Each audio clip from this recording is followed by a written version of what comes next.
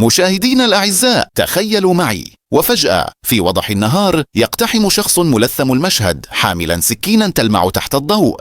لم يكن هدفه مجرد السرقة، بل تحولت نيته إلى جريمة قتل بشعة أودت بحياة شاب بريء كان يحلم بمستقبل مشمس مع عروسه. نعم مشاهدينا، هذا ليس سيناريو من فيلم هوليوودي، بل واقع صادم هز المدينة بأكملها. الجريمة بدأت عندما دخل الجاني المحل متظاهرا بأنه زبون عادي. طلب من صاحب المحل، وهو شاب في مقتبل العمر، طلب منه الجاني أن يظهر له بعض القطع الذهبية. الشاب صاحب المحل تعامل مع الجاني على أنه زبون جاء لغرض شراء بعض المجوهرات. لم يكن يعلم المسكين إنه سوف يلقى حتفه بعد لحظات. استغل الجاني طيب قلب الشاب، وفي غفلة منه نسل سكينا وطعنه غدرا ناحية العنق، وأخذ المجوهرات وفر هاربا من مكان الجريمة بعد سماع جرس الإنذار الذي أطلقه الضحية وهو يقاوم الموت. لكن الضربة كانت قاتلة، وسقط الشاب المسكين أرضا وفارقت روحه الحياة،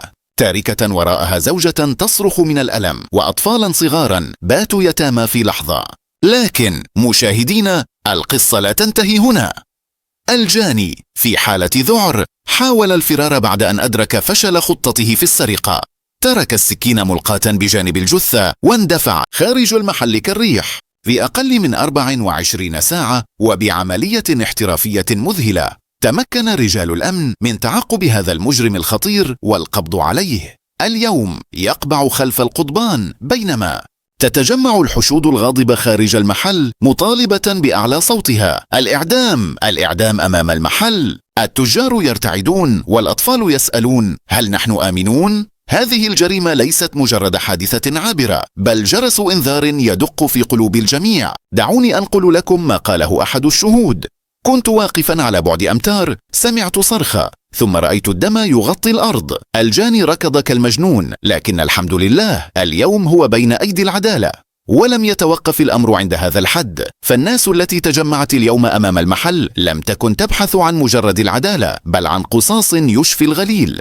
أحدهم صرخ: لو كان هذا في زمن النظام القديم لدفع المجرم حفنة من المال وخرج طليقا، لكن اليوم الأمن العام أعاد لنا كرامتنا.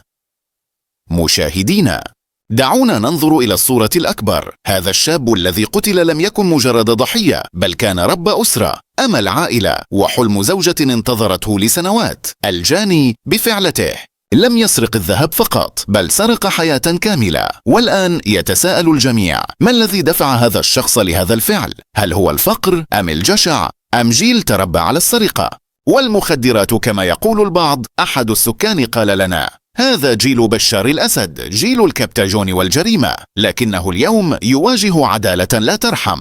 قلوبنا محروقة على الشاب الذي قتل، لكنهم أعادوا لنا الأمان. مشاهدينا، هذه الجريمة ليست نهاية المطاف، بل بداية لمرحلة جديدة.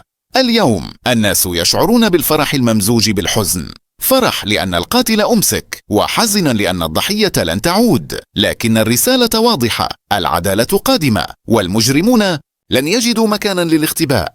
فهل ستكون هذه العقوبة كافية لردع الجريمة، أم أننا بحاجة إلى المزيد؟ في النهاية نترككم مع هذا المشهد: حشود تهتف، أمهات تبكي، وأصوات تتعالى.